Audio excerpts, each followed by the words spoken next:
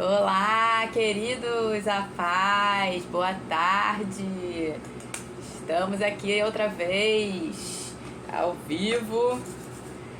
Vamos chegando. Como é que vocês estão? Hoje, segunda-feira, dia 28 de outubro, Provérbios 28, esse dia lindo que o Senhor preparou para nós. Todo dia é dia lindo, né? Pode estar nublado assim como tá hoje. Eu sou suspeita para falar porque eu acho lindo todos os dias. Oi, tia! Todos os dias eu acho lindo, assim. Deus pinta cada dia o céu de uma forma diferente. Pode ser chuva, pode ser nublado, pode ser sol. Eu acho todos os dias lindos, maravilhosos. Obrigada, Jesus! Então, hoje, dia 28, Provérbios 28, que nós vamos começar hoje. Já estamos acabando a nossa série de Provérbios. E eu já vou deixar aqui o próximo desafio para vocês me ajudarem a escolher qual vai ser a nossa próxima série. Eu tô aqui numa dúvida se eu começo a série de Salmos, ou se eu começo a série dos Evangelhos, ou se eu começo a série das cartas do Novo Testamento. Vocês vão me ajudar a escolher isso aí. Eu vou colocar uma enquete nesses próximos dias aí. Vou colocar hoje, amanhã. Vou botar aí todos os dias até o último dia de Provérbios, pra gente decidir qual vai ser a nossa próxima série que a gente vai começar. E vocês vão me ajudar a escolher isso aí. Obviamente que não vai ser assim que acabar essa série de Provérbios. Vou dar um descanso, né? Vou colocar aí os cortes dessas lives que ficaram bem longas. Então, pra facilitar aí, a gente vai estar colocando os cortes dos melhores momentos de todas essas lives. E eu tô pensando em começar aí, quem sabe, em janeiro, a próxima série, né? Depois que eu acabar essa série de Provérbios, eu vou ficar um tempinho off aqui do Instagram, pelo menos uma semana aí, ou talvez mais, pra dar um descanso aqui de internet um pouquinho. E depois a gente volta com tudo pra próxima série, mas provavelmente em janeiro aí, pra passar Natal, Ano Novo, esse período aí de final de ano, que são muitos eventos, muitas coisas pra gente fazer, muitas atividades, enfim. Então, provavelmente em janeiro. Aí vocês vão me ajudar, tá? Depois eu vou colocar lá a enquete nos meus stories, mas quem quiser já comentando aqui no feed também, pode comentar aí qual que vocês preferem. Série de Salmos, série dos Evangelhos ou série das cartas do Novo Testamento, tá? Então, sem delongas, vamos começar. Provérbios, capítulo 28, versículo 1. Os ímpios fogem mesmo quando ninguém os persegue, mas o justo é corajoso como leão. A fuga, ela é um estado constante de quem vive sem redenção, ou de quem vive sem a consciência da redenção, a consciência da justiça que Cristo conquistou por nós na cruz do Calvário, de quem não sabe a sua real identidade, quem não sabe quem é em Cristo Jesus. Seja uma fuga da realidade através de vícios, através de drogas, bebida, comida, jogos, distrações, inclusive aqui na internet tem sido uma fuga para muita gente, essa questão de ficar vendo videozinho na internet, no Instagram, seja no YouTube, enfim, isso é uma fuga da realidade, ela é uma fuga do seu estado presente, é uma forma de você procrastinar. E seja também a fuga da responsabilidade, que é o caso da preguiça, da procrastinação, é o caso da covardia, da mentira, da tolice. E ainda tem a questão da fuga pelo pecado em si, a fuga pelas consequências do pecado, por medo da consequência do pecado, tá? Que essa normalmente a palavra chama de um abismo chamando outro abismo. Por quê? Porque normalmente quando a pessoa está fugindo por medo de algum pecado que ela cometeu, de alguma coisa que ela fez de errado, fugindo do próprio Deus, como foi o caso de Adão e Eva, que a gente vai ver mais aqui à frente, fugindo do próprio Deus, essa pessoa normalmente ela vai acabar incorrendo em outro tipo de pecado, seja a mentira, seja algum outro vício emocional, algum outro tipo de pecado, enfim. Então normalmente um abismo vai chamar outro abismo. Quando a pessoa tentar fugir por causa de um pecado, normalmente ela vai cair em outro pecado, né? Adão e Eva, por exemplo, eles quando pecaram, sem que ninguém estivesse os perseguindo, o que eles fizeram? Eles fugiram. Oi, mami, tá atrasada hoje, hein? Adão e Eva, eles pecaram. Quando eles pecaram, ninguém estava perseguindo eles e mesmo assim eles fugiram. Eles fugiram do próprio Deus. Ninguém estava perseguindo ele. Mas por quê? Porque o medo, ele causa esse sentimento de fuga na alma. Existe o medo fisiológico, que é um medo natural do nosso corpo, ele é químico, e esse medo, ele é necessário para quê? Para que a gente não atente contra a nossa própria vida, para que a gente, quando está numa situação de perigo, o nosso cérebro manda informação para o nosso corpo que é para a gente fugir realmente, né? Por exemplo, uma reação de perigo, uma situação de perigo, alguma coisa que esteja acontecendo, né? Por exemplo, aqui no Brasil, graças a Deus, não tem terremoto, mas se fosse o caso, o nosso cérebro mandaria a informação, olha, você precisa procurar um lugar seguro. Enfim, esse medo fisiológico, ele é natural e ele é bom, ele é para a nossa própria sobrevivência, tá? O nosso cérebro tem esse papel de nos manter vivos, então ele vai fazer isso. Esse medo, ele é saudável, obviamente até certo limite, porque até esse medo fisiológico, ele pode ser exagerado se tiver algum tipo de distúrbio aí químico no corpo. Mas existe um medo que está relacionado à alma, e esse medo é o que faz isso aqui que a gente está vendo, a pessoa fugir mesmo sem ser perseguida, né? Então, seja, como a gente falou aqui, por uma fuga da realidade, ou pela fuga da responsabilidade, ou pela fuga por causa do próprio pecado em si. Tá? Então esse medo na alma coloca a pessoa em constante estado de fuga, ela não tem paz na alma dela. E esse medo, ele só é lançado fora quando nós conhecemos a nossa justiça em Cristo, aquilo que Cristo fez por nós na cruz do Calvário. Quando nós conhecemos isso, quando nós temos acesso a essa justiça e nós entendemos quem nós passamos a ser em Cristo Jesus, quando nós conhecemos a Cristo Jesus, nós somos libertos dessa escravidão, desse medo. E a palavra fala que em João... Não, antes de eu ler isso aqui, deixa eu falar aqui. Então, quando a gente entende essa justiça que foi feita na cruz do Calvário por nós, é quando a gente recebe esse amor perfeito, que é quem é o amor perfeito? É o próprio Deus encarnado na pessoa de Cristo Jesus. Ele passa a habitar em nós, e quando ele passa a habitar em nós, esse amor faz com que o medo seja lançado fora de maneira gradual, de maneira gradativa, conforme a gente vai compreendendo, conforme a gente vai entendendo o quanto nós somos amados. Em 1 João 4, agora sim, no versículo... Hoje tem tanta... Oh, Jesus! Hoje tem tanta citação aqui que eu tô cheia de post-it na Bíblia. Em 1 João 4, do 13 a 19, diz assim: nisto conhecemos que permanecemos nele e que ele permanece em nós, pelo fato de nos ter dado o seu Espírito. E nós temos visto e damos testemunho de que o Pai enviou o seu Filho como Salvador do mundo. Aquele que confessar que Jesus é o Filho de Deus, permanece nele e ele permanece em Deus. E nós conhecemos o amor e cremos neste amor que Deus tem por nós. Deus é amor, e aquele que permanece no amor, permanece em Deus e Deus nele. Nisto, o amor é aperfeiçoado em nós, para que no dia do juízo mantenhamos confiança, pois assim como ele é, também nós somos neste mundo.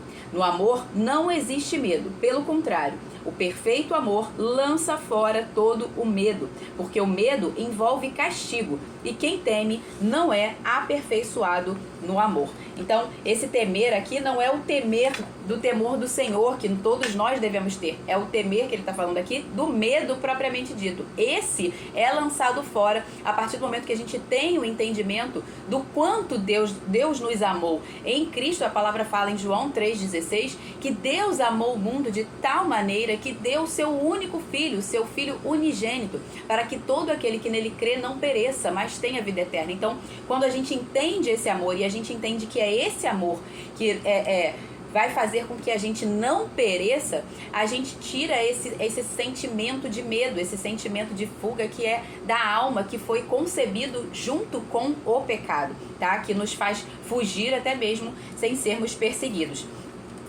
E quando a gente acessa essa justiça, ele está falando aqui, os ímpios fogem mesmo quando ninguém os persegue, mas o justo é corajoso como um leão. Olha só que legal, olha que interessante. Quando acessamos essa justiça de Cristo em nosso favor, nós nos tornamos corajosos como leões. Que leão é esse, Camila? É o leão da tribo de Judá. Jesus, ele é o leão da tribo de Judá que venceu. Então, nós não vamos mais precisar fugir da realidade, não vamos mais precisar fugir das responsabilidades, nós não precisaríamos mais fugir dos problemas, das circunstâncias, né? Nós nos tornaremos ousados, destemidos, confiantes, governantes de fato, né? Como um leão, como um rei de verdade. Então nós não fugimos mais da presença de Deus, pelo contrário, mesmo quando a gente porventura pecar, a gente vai se achegar com confiança a Ele, como está escrito lá em Hebreus 4, 14 a 16, esse texto é maravilhoso, que diz assim: tendo, pois, Jesus, o Filho de Deus, como grande sumo sacerdote, que adentrou os céus, conservemos firmes a nossa confissão. Conservemos firmes a nossa confissão, porque não temos sumo sacerdote que não possa se compadecer das nossas fraquezas. Pelo contrário, ele foi tentado em todas as coisas à nossa semelhança, mas sem pecado. Portanto, aproximemo-nos do trono da graça com confiança. Para quê? A fim de recebermos misericórdia e encontrarmos graça para ajuda em momento oportuno. Então, até mesmo quando nós pecamos, nós podemos nos achegar a Deus com confiança, sabendo que em Cristo Jesus nós já fomos perdoados. Então, nós podemos nos arrepender verdadeiramente dos nossos pecados e nos achegar com confiança para quê? Para receber dessa misericórdia que já nos foi concedida, dessa graça em Cristo Jesus que nos perdoa e que já nos foi concedida nele. Então, mesmo quando nós pecarmos, nós não precisamos mais fugir da presença do Senhor. Pelo contrário, nós temos que ir à presença do Senhor para alcançar essa misericórdia, para receber dele essa misericórdia. Nós podemos nos achegar não de qualquer maneira, nós podemos nos achegar confiadamente, ou seja, com confiança, tá? E talvez você pense assim, mas eu ainda não tô me achando um leão, não, ainda tô achando que eu sou assim, talvez um filhotinho de leão, né? E não tem problema, não se preocupe com isso. Basta com que você ande com leões adultos. Se você ainda é um filhote de leão, que é aquele que é nascido de novo, aquele que nasceu, que é neófito, é novo na fé, ele de fato ele é um leãozinho, filhote. É um processo de crescimento até que você se torne um leão de fato, e todos nós estamos nesse processo. Nenhum de nós ainda se tornou o leão maduro como o leão da tribo de Judá. Nós estamos nesse processo de glória em glória, de amadurecimento em Cristo Jesus. E esse filhotinho de leão, se ele andar com leões maduros, ele vai se tornar um leão maduro. O que não pode acontecer de jeito nenhum na sua vida é você virar um Simba, né? Quem não viu aqui, quem nunca assistiu o Rei Leão, o Simba, ele para fugir de uma responsabilidade ou de uma culpa que tentaram incutir a ele, que o diabo ali, né, no papel do tio dele, tentou incutir na cabeça dele de que foi ele que foi o culpado pela morte do pai, ele fez o quê? Ele fugiu. Ele entrou justamente nesse estado de fuga emocional por causa do pecado, um pecado que na verdade nem era dele. Então o diabo enganou ele ali e de que aquela culpa era dele, o tio dele enganou ele ali, de que a culpa era dele, e ele fugiu. Em vez dele encarar os problemas, ele fugiu os problemas. E com quem que ele foi se juntar? Olha, quando você está no estado emocional de fuga, você vai se juntar com pessoas que estão na mesma frequência. A fuga, ela é um estado de fraqueza. Lembra que a gente viu nos provérbios anteriores, agora eu não lembro o endereço certo, né? Que se você se mostra fraco no dia da angústia, é porque a sua força é pequena. Ou seja, se você foge do problema, se você não encara o problema, se você se mostra fraco no momento da angústia, é porque você de fato ainda é fraco. Então você vai se juntar pela frequência que você está com pessoas que são igualmente fracas, pessoas que também estão fugindo. E foi o caso do Simba. O Simba se juntou com quem? Com o Timão e o Pumba. E o que o Timão e o Pumba fizeram? Olharam para ele, opa, isso é um leão, ele vai comer a gente, né? Então o que eles fizeram? Enganaram Simba, ou seja, Simba foi enganado mais uma vez. Perceba como a imaturidade faz com que a gente seja enganado o tempo todo. Simba foi enganado mais uma vez, e eles começaram a cantar pro Simba. O Simba estava com fome, né? Simba estava com fome. O que um leão faz quando está com fome? Ele vai comer bicho grande, ele não vai comer larva como estavam comendo ali o Timão e Pumba, né? Insetos, larvas, nada disso. Mas aí Timão e Pumba vão lá com as distrações, né? Vamos aqui para essa balada. Finge que você não é quem você é. Vamos fazer você esquecer quem você é. Vamos fazer você esquecer os seus problemas. Não era esse o lema do Timão e Pumba, né? Os seus problemas você pode esquecer. Minha mãe tá aqui que não me deixa mentir. Eu acho que eu vi esse filme, quando eu era pequena, acho que eu vi o filme do Rei Leão umas 385 milhões de vezes. Até hoje eu acho que eu sei todas as falas dos bichinhos do Rei Leão, né? E o dilema era esse, né? Os seus problemas você pode esquecer, né? Isso é viver. Não, isso não é viver. Pelo menos não segundo Cristo. Cristo não nos chamou para viver fugindo dos nossos problemas. Pelo contrário, Ele nos chamou para viver ousadamente, resolvendo os problemas, né? O chamado de Cristo, inclusive, quando nós quando nós recebemos a Cristo como Senhor e Salvador, Ele nos encheu do seu Espírito Santo e nos comissionou assim como Ele foi comissionado, com a mesma missão, com o mesmo propósito. E qual foi a missão e o propósito de Cristo? Está lá em Isaías 61, no verso 1 a 7, que diz assim, peraí, deixa eu ir lá, Isaías 61, qual foi o post-it? O rosa. Tem um post-it rosa? Tem um post-it rosa. Isaías 61, de 1 a 7, que diz assim: O Espírito do Senhor Deus está sobre mim, porque o Senhor me ungiu para pregar boas novas aos pobres. Enviou-me a curar os quebrantados de coração, a proclamar libertação aos cativos e a pôr em liberdade os algemados, a apregoar o ano aceitável do Senhor e o dia da vingança do nosso Deus, a consolar todos os que choram e a pôr sobre os que choram em Sião uma coroa em vez de cinzas, óleo de alegria em vez de pranto, manto de louvor em vez de espírito angustiado. Eles serão chamados carvalhos de justiça, plantados pelo Senhor para a sua glória. Reconstruirão as antigas ruínas, restaurarão os lugares anteriormente destruídos e renovarão as cidades arruinadas, destruídas de geração em geração. Estranhos se apresentarão e apacentarão os rebanhos de vocês. Estrangeiros serão os seus lavradores e vinheteiros. Mas vocês serão chamados sacerdotes do Senhor e serão conhecidos como ministros, servos do nosso Deus. Comerão as riquezas das nações e se orgulharão do que era a glória delas. Em lugar de vergonha, vocês terão dupla honra. Em lugar da afronta, exultarão na herança recebida. Por isso, em sua terra possuirão o dobro e terão perpétua alegria. Olha quanto problema para resolver! Então, foi isso que Cristo fez e foi isso que Ele nos comissionou a fazer. Ele não nos chamou para ser como o Simão andando com Timão e Pumba e fugindo dos nossos problemas. Não! Ele mandou o quê? Nós resolvemos não só os nossos problemas, mas nós resolvemos o problema de muita gente. Tá? E quando eu falo de resolver problema dos outros aqui, não é se meter na vida dos outros para resolver o problema dos outros, não. Tô falando resolver o problema do mundo de forma geral, que é o quê? O afastamento de Deus. Esse é o problema do mundo em geral. O mundo está afastado de Deus pelos seus delitos e pecados. E quando a gente manifesta a glória de Deus, quando nós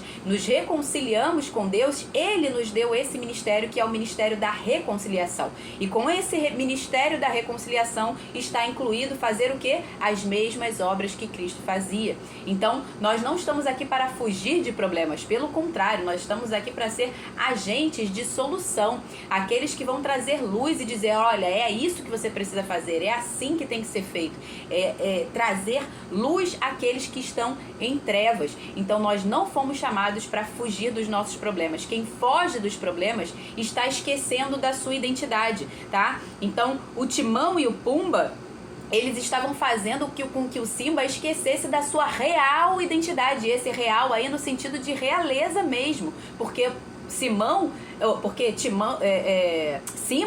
ele era um rei.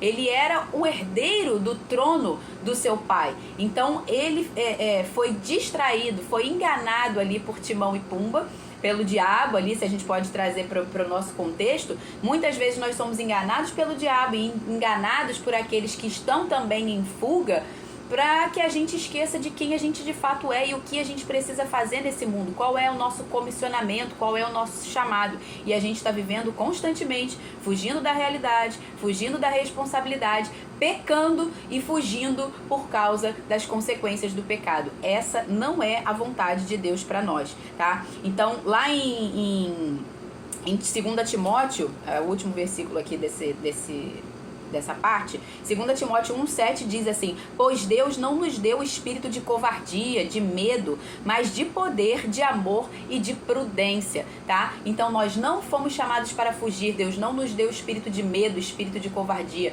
Nós fomos chamados para ser ousados como leão, poderosos como o nosso Senhor Jesus Cristo, e fazer aquilo que Ele fez, aquilo que Ele nos comissionou, cumprir o nosso propósito através da nossa real identidade nele, daquilo que ele nos conquistou para nós na cruz do Calvário. Com a sua graça, com a sua capacitação, nós temos o poder para fazer as mesmas obras que ele fez. Amém? Verso 2. Por causa da transgressão da terra, mudam-se frequentemente os príncipes, mas por um sábio e prudente a ordem é mantida.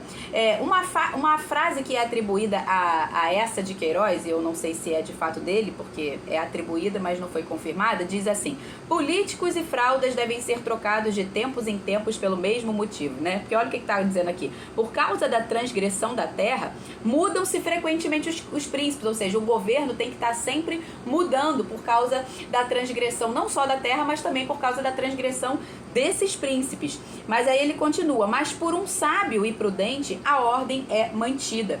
Então, isso vale tanto para a nação como um todo, como para a nossa família, para dentro da nossa própria casa. A palavra fala que nós temos que ter esse entendimento que a nossa casa, nós somos embaixadores do reino, a nossa casa é uma embaixada do reino. Cada casa, na verdade, cada família representa uma nação. E todo líder de uma casa é chamado justamente para ser o quê? Um sábio que vai governar a sua casa e manter a sua casa em ordem.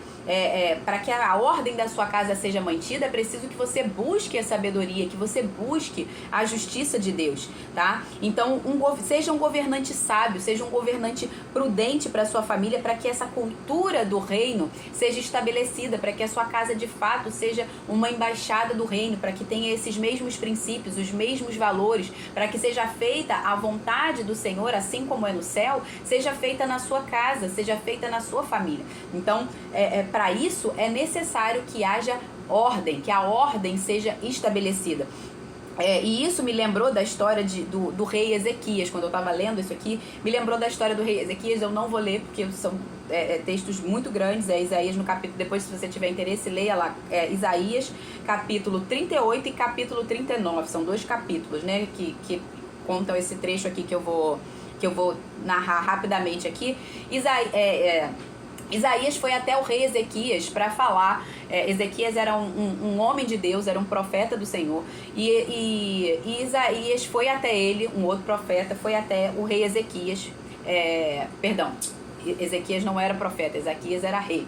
Isaías é que era profeta, estou misturando aqui. Isaías, como profeta, foi até o rei Ezequias para poder dar uma revelação, uma profecia ao rei Ezequias. E a profecia era a seguinte: Deus falando exatamente isso para o rei Ezequias: põe ordem à sua casa, porque morrerás e não viverás. Então, os dias de Ezequias já estavam se cumprindo, e Isaías foi lá dar esse recado da parte de Deus para ele: põe ordem à sua casa. Deus foi extremamente claro com Ezequias, com o rei Ezequias, de que ele precisava pôr em ordem a casa dele. Ezequias ainda não tinha filhos, ele era casado, mas ainda não tinha filhos. E Deus falou isso para ele. Por quê? Porque Deus sabe de todas as coisas.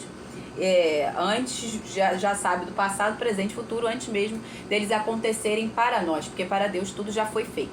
Então, ele deu esse recado claro para o rei Ezequias, porque Deus sabia que se Ezequias não colocasse a casa em ordem, quando ele tivesse um filho, esse filho ia causar uma tragédia para a nação.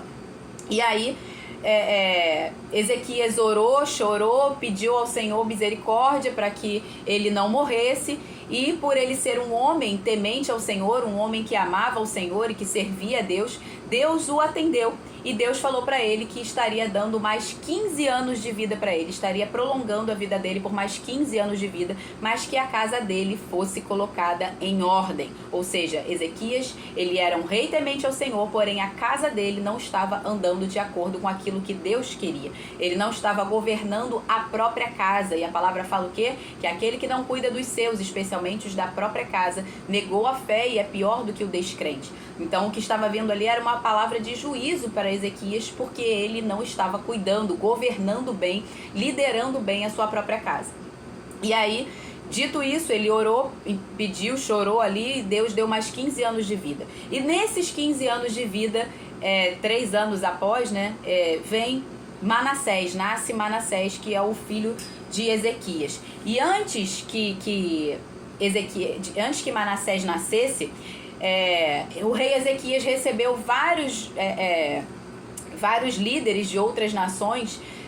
Ele era rei da Babilônia, ou trouxe os reis das Babilônias. Meu Deus, agora eu confundi aqui o meio de campo. Enfim, depois você lê lá a história toda.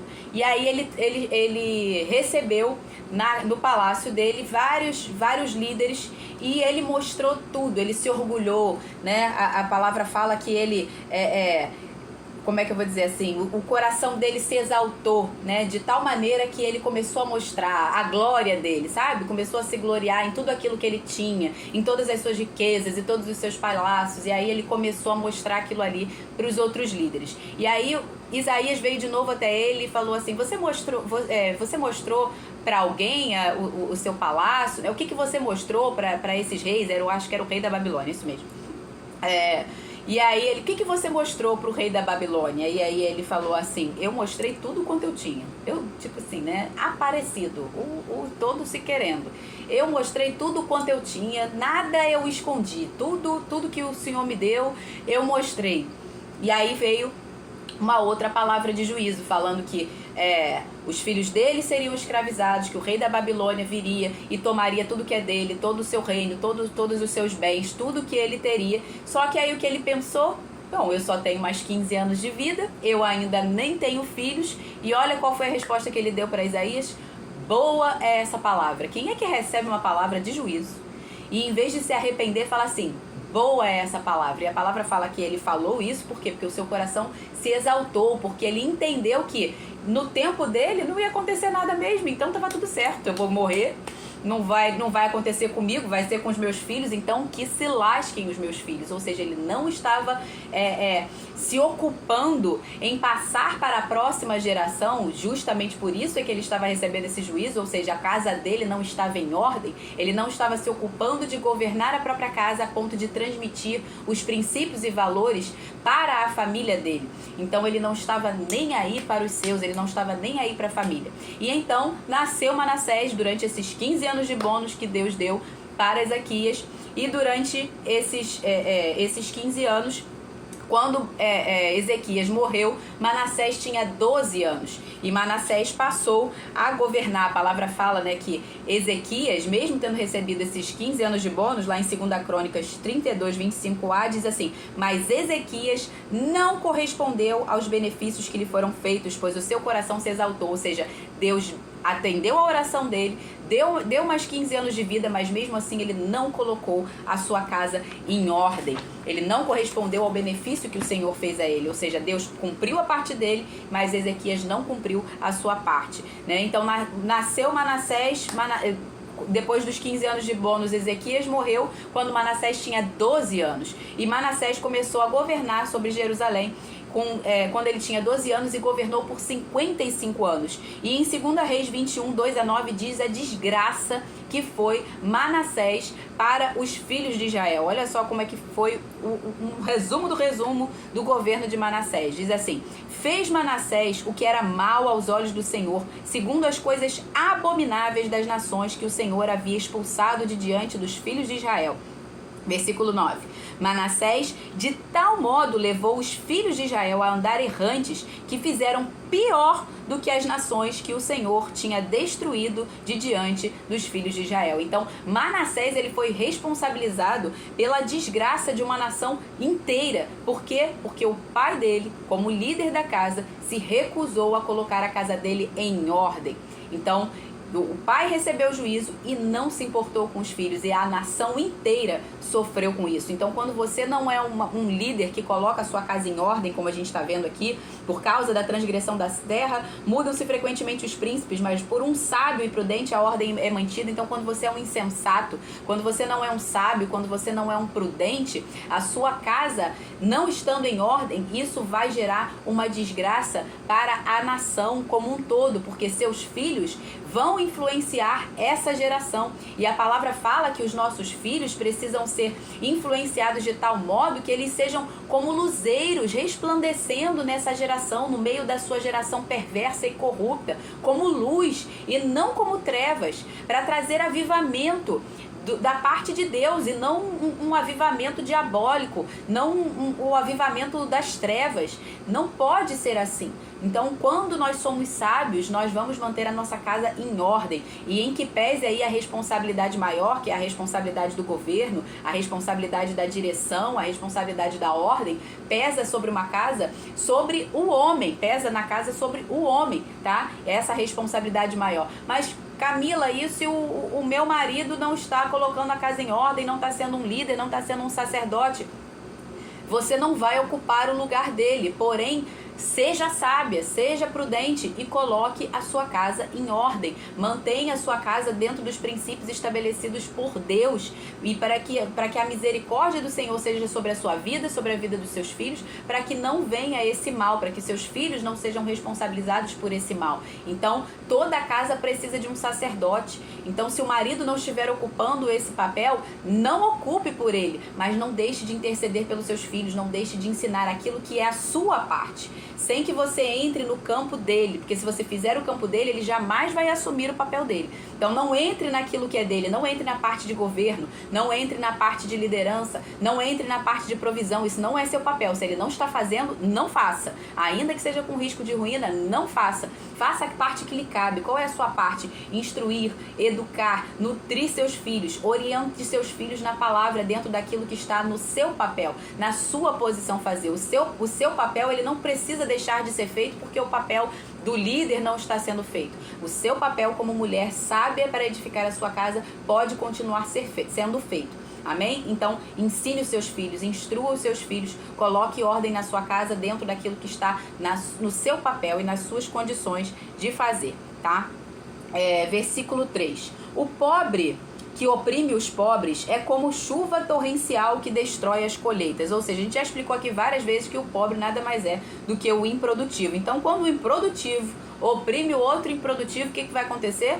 É desgraça geral, é destruição geral. Aquele pouco que tinha sido produzido vai ser devorado, vai ser destruído. O resultado vai ser a destruição de ambos, tá? Versículo 4. Os que abandonam a lei elogiam os ímpios, mas os que guardam a lei se indignam contra eles. E qual é a lei que está sobre nós na nova aliança? Não está mais sobre nós a lei de Moisés. A antiga lei, a lei do Antigo Testamento, não está mais sobre nós. Quando Cristo se levantou, ele se levantou como um novo sumo sacerdote. E o novo sumo sacerdote tem o direito de estabelecer uma nova lei, novos princípios. E qual foi a única lei que Jesus estabeleceu sobre nós que estamos nessa nova aliança, que é a lei do amor. Qual é essa lei?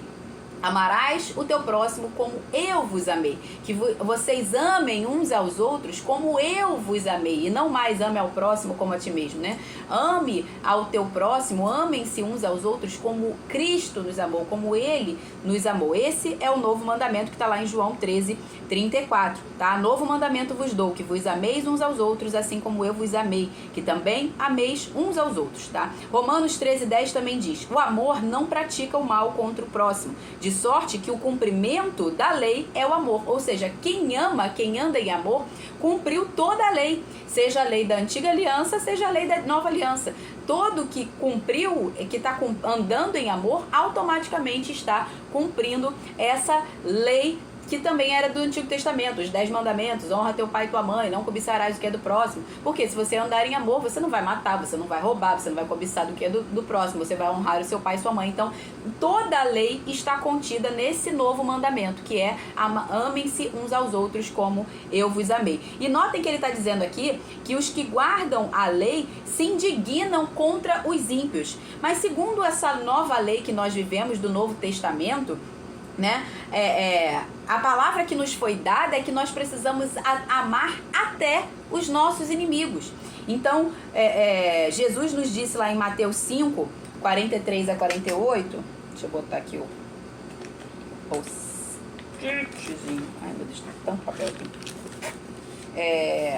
Mateus 5:43-48, foi isso? O que eu botei aqui? Mateus? Não, eu tô em Romanos, gente, peraí. Tô errado. Uai. Onde é que eu tô? Por que tá em Romanos esse bagulho aqui? Ah, não, é o azul, gente. Ô, Jesus, muito papel aqui. Mateus 5:43-48 diz assim: vocês ouviram o que foi dito, ame o seu próximo e odeie o seu inimigo. Ou seja, essa era a lei no Antigo Testamento, né? Ame o seu próximo e odeie o seu inimigo. Eu, porém, lhes digo, amem os seus inimigos e orem pelos que perseguem vocês, para demonstrarem que são filhos do Pai de vocês, que é o Senhor, que está nos céus. Porque Ele faz o sol nascer sobre maus e bons, e vir chuvas sobre justos e injustos. Porque se vocês amam aqueles que os amam, que recompensa terão? Os publicanos também não fazem o mesmo? E se saudarem somente os seus irmãos, o que é que estão fazendo demais? Os gentios também não fazem o mesmo?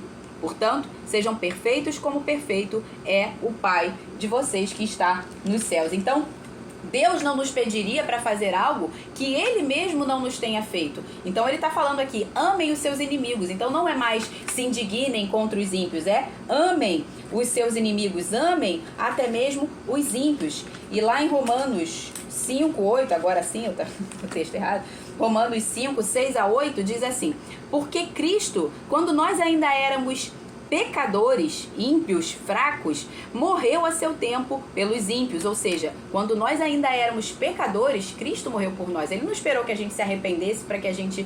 para que ele fosse lá morrer por nós e nos perdoar. Não, ele morreu por nós, ou seja, ele nos amou de tal maneira que Ele deu a sua própria vida em nosso favor quando nós ainda éramos pecadores, quando nós ainda éramos ímpios. E aí continua: dificilmente alguém morreria por um justo, embora por uma pessoa boa, alguém talvez tenha coragem de morrer. Mas Deus prova o seu próprio amor para conosco pelo fato de Cristo ter morrido por nós quando ainda éramos pecadores. Então, Deus fez antes por nós para nos dar exemplo. Em Cristo Jesus, Deus nos deixou o exemplo que é possível amar os nossos inimigos e que nós precisamos amar os nossos inimigos. Então, quando a gente anda nessa lei do amor, nós vamos amar o que Deus ama e odiar o que Deus odeia. E o que Deus ama? Deus ama pessoas. Deus ama o pecador. E o que Ele odeia? Ele odeia o pecado. Deus ama o ímpio, mas Ele odeia a impiedade. Então é isso que nós temos que fazer. Nós não temos mais que nos indignar contra o ímpio, nós temos que nos indignar contra a impiedade. Nós temos que odiar a impiedade e não o ímpio. O ímpio nós precisamos amar. Para quê? Para que ele seja convencido do seu pecado, para que ele se arrependa do seu pecado e seja reconciliado com Deus, porque ele só é ímpio porque ele ainda não conheceu o amor de Deus. Porque o dia que ele conhecer, ele vai se arrepender dos seus pecados e se voltar para Deus, tá? Então, a gente precisa disso. Amar o que Deus ama e odiar o que Deus odeia. Deus ama pessoas, Deus odeia o pecado, tá? Versículo 5. Gente, já está em 39, ainda estou no versículo 5. Os maus não entendem o que é justo, mas os que buscam o Senhor entendem tudo. Os maus não entendem o que é justo, é isso que a gente estava falando aqui agora. Os maus não entendem o que é justo, por quê? Porque eles ainda não conheceram aquele que é a justiça. Jesus Cristo é a justiça de Deus. Em Cristo Jesus, a justiça de Deus foi estabelecida em nosso favor. E eles não buscam a Deus porque eles ainda são escravos do pecado. Não há como eles buscarem a Deus. A gente é que precisa ir até eles. Eles não vão buscar assim como o Senhor veio até nós. Deus não esperou que a gente fosse até Ele. Foi Ele quem veio até nós. Por isso que religião nenhuma salva. Porque o que é a religião? A religião é você tentando chegar pelos seus meios a Deus. E não existe essa possibilidade, porque não há um justo sequer, não há quem busque a Deus. Foi Deus quem veio primeiro, foi Deus quem veio até nós. Então não fomos nós que buscamos, não somos nós quem buscamos a Ele, não somos nós quem amamos a Ele, mas foi Ele quem nos amou primeiro. Nós só amamos a Deus porque Ele nos amou primeiro, tá? Então nós éramos escravos do pecado, assim como esses ímpios, esses injustos, eles ainda são. Então eles não conhecem a Deus. Nós precisamos reconciliá-los. Em Romanos 5, 10 e 11 está escrito assim: não há justo, nenhum sequer, não há quem entenda, não há quem busque a Deus. Então essa é a condição de todo aquele que ainda não conheceu a Deus, de quem ainda não ouviu a palavra. Lembra que nós somos testemunhas auriculares, ou seja, nós ouvimos de alguém e nós temos que transmitir para outras pessoas. Então essas pessoas que ainda não ouviram a palavra não vão buscar a Deus. Elas não conhecem a Deus, então elas não vão saber andar em justiça, elas não vão entender o que é justo. A única forma deles entenderem e buscarem a Deus é quando um justo prega a palavra, como está lá em Romanos 10, 13 a 15 e 17. Mais texto. Romanos, é importante que faça isso, gente, que eu leia muitos textos aqui, porque é o que eu falei, eu não posso falar aquilo que eu acho, eu preciso falar aquilo que a palavra diz, tá? Senão fica só palavras ao vento. Romanos 10, 13 a 15 e o versículo 17 diz assim: porque todo aquele que invocar o nome do Senhor será salvo. Como, porém, invocarão aquele em quem não creram? E como crerão naquele de quem nada ouviram? E como ouvirão se não há quem pregue? E como pregarão se não forem enviados? Como está escrito, quão formosos são os pés dos que anunciam as boas novas.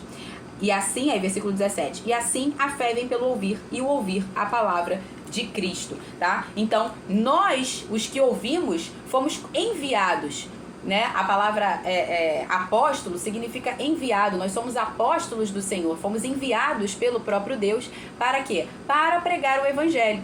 E se a gente não pregar, se a gente se calar, essas pessoas vão continuar sem entender a justiça e sem buscar a Deus. Elas estão indo para o inferno, ou seja, aliás, elas não sairão do inferno, né? Espiritualmente falando, elas já estão condenadas ao inferno. Então a gente está aqui para resgatar, para reconciliar eles com Deus. Por isso a palavra fala que as portas do inferno não prevalecerão com a igreja, não prevalecerão sobre a igreja do Senhor. Porque não é uma igreja que está ali, né, fugindo do inferno e se escondendo do inferno. Não, pelo contrário. É a igreja invadindo o inferno e resgatando essas pessoas, tirando elas de lá, tirando elas da escravidão do diabo e reconciliando elas com o próprio Deus, tá? Versículo 6. Não sei se eu termino hoje não, hein? Hoje está tenso. Versículo 6. Melhor é o pobre que anda na sua integridade do que o perverso nos seus caminhos, ainda que seja rico. Então a gente falou isso, lembra que a gente falou isso? Que esse melhor aqui, na verdade, significa menos pior, porque não é bom ser pobre, tá? Mas ele tá falando aqui, ambos são ruins, mas entre um e outro é melhor aquele que anda na sua integridade, tá? Versículo 7. Quem guarda a lei é filho inteligente, mas o companheiro dos comilões envergonha o seu pai. Comilões aí também tem, em outras versões está como libertinos. Ambos são o quê? Concupiscência da carne, cobiça, glutonaria, libertinagens em geral denotam justamente o quê? Falta de domínio próprio, que é o fruto do Espírito Santo. tá? Versículo 8. Quem aumenta os seus bens com juros e ganância, ajunta para os que se compadece dos pobres. Jó descreve o fim dos perversos da seguinte forma lá em Jó 27, 13, 16 e 17. Esta é a porção que Deus dará aos perversos e a herança que os opressores receberão do Todo-Poderoso. Se o perverso amontoar prata como pó e acumular vestes como barro, ele, ou seja, em abundância, né? Ele os acumulará. Mas os justos é que os vestirá, e o inocente repartirá a prata. Ou seja, tudo que aquilo que o ímpio, os opressores ajuntarem, no fim das contas será para os justos distribuírem, né? Porque o ímpio, ele não vai administrar da forma como Deus deseja. Então tudo isso será repassado para o justo. Lá em Provérbios 13, 22, a gente também viu isso da seguinte forma: o homem de bem deixa herança aos filhos dos seus filhos, mas a riqueza do pecador é depositada para o justo, tá? Então não faz sentido a gente achar que o justo tem que ser pobre, que essa é a vontade de Deus para nós. Não é, pelo contrário. Se o próprio Deus tira do ímpio para dar para o pobre, porque o pobre é para dar para o justo, porque o justo é que vai ser o administrador fiel, que vai administrar conforme a palavra de Deus, então não faz sentido você achar que o justo tem que ser pobre. Isso não é bíblico de forma alguma, tá? Versículo 9. Quem desvia os ouvidos de ouvir a lei, até a sua oração será abominável. Mais uma vez, qual é a lei que está sobre nós? É a lei do amor, tá? Então quem não anda em amor, até a sua oração vai ser abominável. Um exemplo disso está lá em Efésios 5, 25, que fala assim: maridos, amai a vossa mulher como também Cristo amou a igreja e a si mesmo se entregou por ela. Em 1 Pedro 3,7 vai estar: maridos, vivam a vida comum do lar com discernimento, dando honra à sua mulher como parte mais frágil. Tratai-a com dignidade, porque juntos vocês são herdeiros da mesma graça de vida. Agindo assim, as suas orações não serão interrompidas. Ou seja, se você andar em amor, né, homens aqui no caso, o exemplo, né, mas isso vale para ambos. Se você não andar em amor com a sua esposa, as suas orações serão interrompidas, tá? Então, é disso aqui que se trata. Se você não andar na lei do amor, as suas orações não serão ouvidas, elas serão abomináveis. Versículo 10. Quem desvia os retos para o mau caminho, ele mesmo cairá na sua cova. Um exemplo disso foi Ramã, lá no livro de Esther, né? Ele preparou a armadilha, né? A forca para Mordecai, mas por graças à justiça de Deus, quem caiu na sua própria armadilha foi o próprio Ramã, tá? Foi ele quem foi condenado e morto na sua própria forca. Versículo 11. O homem rico pode se julgar sábio, mas não engana o pobre que tem discernimento. Então, independente de você ser pobre ou você ser rico, você precisa ter duas coisas: discernimento e ter discernimento e não ser sábio aos seus próprios olhos. Independente de você ser rico ou de você ser pobre, busque a sabedoria. Não seja sábio aos seus próprios olhos e tenha discernimento para que você não seja enganado. Versículo 12. Será que vai dar tempo, gente? Vamos correr.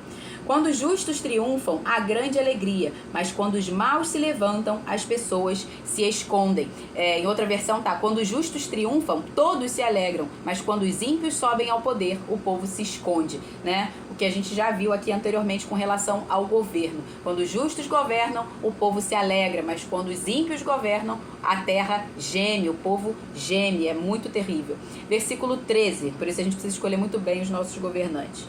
Quem encobre a sua transgressão jamais prosperará, mas o que as confessa e abandona alcançará misericórdia. Isso me lembra 1 João capítulo 1, verso 8 e 9, que diz: se dissermos que não temos pecado nenhum, a nós mesmos nos enganamos e a verdade não está em nós. Se confessarmos os nossos pecados, Ele é fiel e justo para nos perdoar os pecados e nos purificar de toda injustiça. Então, se nós confessamos os nossos pecados, nós alcançamos a misericórdia de Deus. Mas se nós encobrimos, né, o que vai acontecer é que a gente não vai obter essa misericórdia. Nós não prosperaremos em nada na nossa vida. Não há nada que prospere num ambiente de pecado, num ambiente de trevas, tá? Um pecado onde tudo está sendo encoberto. Atos 3:19 também diz assim: portanto, arrependam-se e voltem-se para Deus, porque para que Ele perdoe os pecados pecados de vocês. Então o Senhor, ele é rico em perdoar.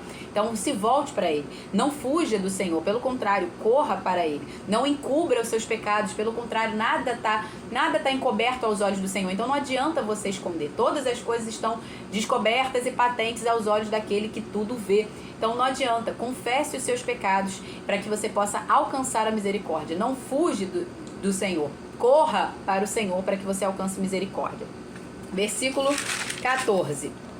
Feliz é aquele que sempre teme o Senhor, mas o que endurece o seu coração cairá em desgraça. No Salmo 25:14 nos mostra, mais uma vez, eu já li esse texto aqui, né? Falando o quê? Que a intimidade do Senhor é para com os que o temem, tá? Então aquele que sempre teme ao Senhor vai ter intimidade com Deus. Ele vai saber os segredos do coração do Senhor. Mas o que endurece o seu coração, ou seja, aquele que não teme o Senhor, né? Ele vai cair em desgraça. Por quê? Porque ele não vai ter a orientação, ele não vai ter a sabedoria do próprio Deus. E Jesus ensinou o que vai acontecer com essas pessoas lá em Mateus 13, no verso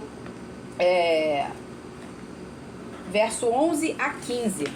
Mateus 13, de 11 a 15, que diz assim: porque a vocês é dado conhecer os mistérios do reino de Deus, mas àqueles isso não é concedido. Ou seja, Jesus falando com os discípulos. Aos discípulos estava sendo dado a conhecer. Por quê? Porque os discípulos temiam ao Senhor. Então a intimidade do Senhor é para com os que o temem. Então os discípulos era dado a conhecer os mistérios, mas aos outros não.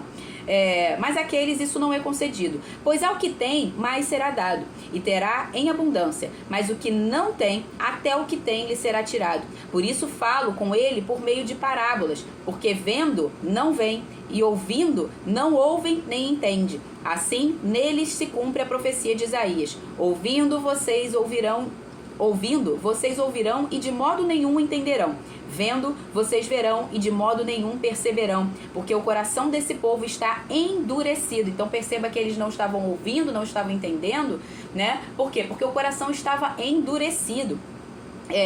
Ouviram com os ouvidos tapados e fecharam os olhos. Então não era má vontade do Senhor de não se revelar, né? Era porque o coração endurecido faz isso. Lembra que a gente falou que os olhos, os ouvidos, né, os sentidos são as janelas da alma, são as janelas do coração? Quando seu coração está endurecido, está obscurecido por causa do pecado, é você que torna tudo trevas. Você, por mais que aquilo ali em parábolas alguns entendessem, outros não entenderiam, tá? Por quê? Por causa do coração endurecido, dos ouvidos e dos olhos tapados. Ouviram com os ouvidos tapados e fecharam os olhos, para não acontecer que vejam com os olhos, ouçam com os ouvidos, entendam com o coração, se convertam e sejam curados por mim. Ou seja, aquele que não ouvir, aquele que endurecer o seu coração, não será salvo. Então ele vai cair em desgraça. Então não endureça o seu coração. 51 minutos, versículo 15. Como o leão que ruge e o urso que ataca, assim é o ímpio que domina sobre um povo pobre. Ou seja, não terá piedade. Ele vai oprimir, ele vai devastar. Versículo 16. O príncipe sem juízo aumenta a opressão, mas o que odeia a avareza viverá muitos anos. Na nova tradução na linguagem de hoje diz assim: o governador sem juízo será um ditador cruel. Aquele que odeia a desonestidade governará por muito tempo. Ou seja, governantes corruptos, ditadores, eles vão aumentar imposto, eles vão aumentar a opressão. Então eles serão péssimos para o povo. Verso 17 e 18. O assassino carregado de culpa fugirá até a cova, que ninguém o detenha. Quem anda em integridade será salvo, mas o perverso em seus caminhos cairá logo. Ou seja, o assassino é o que corre para a própria cova. Não é Deus quem mata, é o assassino que corre para a sua própria cova. Ou seja, aquilo que ele plantou, ele colhe. O Deus, ele é o vingador no sentido de vingar a semente que ele plantou. Aquilo que ele plantou, ele colherá. Por quê? Porque de Deus não se zomba. Então é o assassino que corre para a própria cova, tá? Versículo 19 a 20. O assassino, ele não é uma vítima da sociedade, tá ok? Só para vocês entenderem e lembrarem aí. Versículo 19 e 20. O que lavra a sua terra terá pão em abundância, mas quem corre atrás de coisas sem valor se fartará de pobreza. O homem fiel será acumulado de bênçãos, mas quem tem pressa de enriquecer não ficará sem castigo. Ou seja, o que não tem domínio próprio, que é insensato, é escravo dos seus prazeres, de recompensas imediatas, esse empobrecerá, tá? Mas o que é fiel, é diligente em seu trabalho, esse terá abundância. Versículo 21. Parcialidade não é bom, porque uma pessoa é capaz de transgredir até por um bocado de pão. Ele está falando aqui de parcialidade, de injustiça, corrupção, julgamento desonesto. Versículo 22. O ganancioso corre atrás das riquezas, mas não sabe que a pobreza há de vir sobre ele. Aqui, lembra que eu acho que eu já falei aqui, mas eu vou falar de novo a diferença entre ambição e ganância. A ambição, ela é um desejo intenso, somado, né, adicionado a isso, a disciplina e a determinação. Ou seja, a ambição, ela é uma virtude, ela é uma coisa boa. Todos nós precisamos ambicionar, especialmente o reino, aquilo que Deus preparou para nós, o nosso propósito, o cumprimento do nosso propósito. Todos nós temos que ambicionar, ouvir aquela frase: servo bom e fiel, foste fiel no pouco, sobre o muito te colocarei, tá? Já a ganância, ela é avareza, ela é idolatria, ela é concupiscência da carne, ela é amor ao dinheiro, é cobiça, ela é um vício, tá? Então aqui ele está falando da ganância. No verso 22 aqui, que o ganancioso corre atrás de riqueza, ou seja, ele ama o dinheiro, mas não sabe que a pobreza há de vir sobre ele. Verso 23. Quem repreende alguém achará depois mais favor do que aquele que lisonjeia. Isso se você repreender um sábio, tá? Se você repreender um tolo, você vai arrumar um inimigo. Essa aqui é a verdade. Versículo 24. Quem rouba o seu pai ou a sua mãe e diz não é pecado, esse é companheiro do destruidor. Isso me lembrou lá os fariseus em Mateus 15, 3 a 9, nem sei se vai dar tempo, mas vamos ler aqui correndo. Ô Jesus, 55 minutos. Mateus 15, 3 a 9, que diz assim... Jesus falando com os fariseus, né? Porque também vocês transgridem o mandamento de Deus por causa da tradição de vocês. Ele perguntando, né? Por que também vocês transgridem o mandamento de Deus por causa da tradição de vocês? Porque Deus disse: honra seu pai e sua mãe, e quem maldisser o seu pai ou a sua mãe, seja punido de morte. Vocês, porém, dizem que se alguém disser ao seu pai ou à sua mãe: a ajuda que você poderia receber de mim é oferta ao Senhor, esse não precisará honrar seus pais. E assim, vocês invalidam a palavra de Deus por causa da tradição de vocês. Hipócritas, bem profetizou Isaías a vosso respeito, dizendo: este povo me honra com os lábios, mas o seu coração está longe de mim. Em vão me adoram, ensinando doutrinas e preceitos que são humanos. Ou seja, para justificar não honrar pai e mãe, eles falam o quê? Não, isso que a gente vai dar, em vez de a gente ajudar vocês, em vez de a gente dar assistência a vocês, a gente vai usar isso como oferta ao Senhor. Você está roubando, não só, tá roubando seu pai e sua mãe. Se você não ofertar, você está roubando a Deus, né? E se você não prestar assistência, a honra devida a seu pai e sua mãe, você está transgredindo o mandamento, inclusive diminuindo o seu tempo de vida sobre a terra. Ou seja, é uma insensatez completa, tá? Verso 24, acho que vai dar tempo, hein? 25, quer dizer. O cobiçoso provoca discórdias, mas o que confia no Senhor... Eu já vou ler aqui 25 a 27. O cobiçoso provoca discórdias, mas o que confia no Senhor prosperará. Quem confia no seu próprio coração é tolo, mas o que anda em sabedoria será salvo. Quem dá aos pobres não passará necessidade, mas o que fecha os olhos para eles será coberto de maldições. Então aqui nada mais é do que semeadura e colheita. Aquilo que o homem semear, isso ele vai colher. Versículo 28. É o último, viu? Deu tempo, aleluia. Quando os maus se levantam, as pessoas se escondem, mas quando eles perecem, os justos se multiplicam. É o mesmo que a gente viu aqui no verso 12, né? Quando os justos triunfam, quando os justos governam, o povo se alegra, mas quando o ímpio governa, a terra geme, o povo sofre. Quando é o corrupto, quando é o ditador, o povo vai sofrer. Então é disso aqui que ele está falando, tá? As pessoas se escondem, as pessoas têm medo e elas perecem, né? Mas quando os ímpios perecem, aí os justos se multiplicam, tá? Então, gente, hoje foi o provérbio de hoje, Provérbios 28. Lembrando que depois eu vou querer que vocês respondam lá a enquete pra gente ver qual será a nossa próxima série, muito provavelmente em janeiro. Ou se vai ser a série de Salmos, ou se vai ser a série dos Evangelhos ou das cartas do Novo Testamento. Eu vou colocar a enquete lá hoje, amanhã, até o dia 31, vou estar colocando a enquete lá pra vocês. Vamos orar.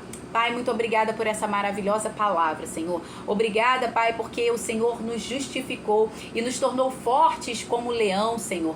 Corajosos, ousados como leão. O teu amor, o teu perfeito amor, lança fora todo medo, Senhor. E nós podemos andar confiadamente, com confiança, Senhor. Crendo que já recebemos a tua graça, a tua misericórdia, o teu favor, o teu poder, que somos aceitos pelo Senhor, Pai. Que assim seja com cada um de nós, Pai. Que aqueles que não te conheçam possam conhecer através dessa palavra que está sendo pregada aqui, que essa palavra se multiplique e gere frutos, ó Deus, frutos que permaneçam, Pai, em nome de Jesus, e que cada um, Senhor, possa se tornar como um leão maduro, Senhor, de glória em glória, aprendendo e sendo amadurecido pelo Senhor e pela sua maravilhosa palavra, em nome de Jesus, amém. Beijo, gente, fiquem com Deus, até amanhã. Provérbios capítulo 29, Deus abençoe a todos, tchau, tchau.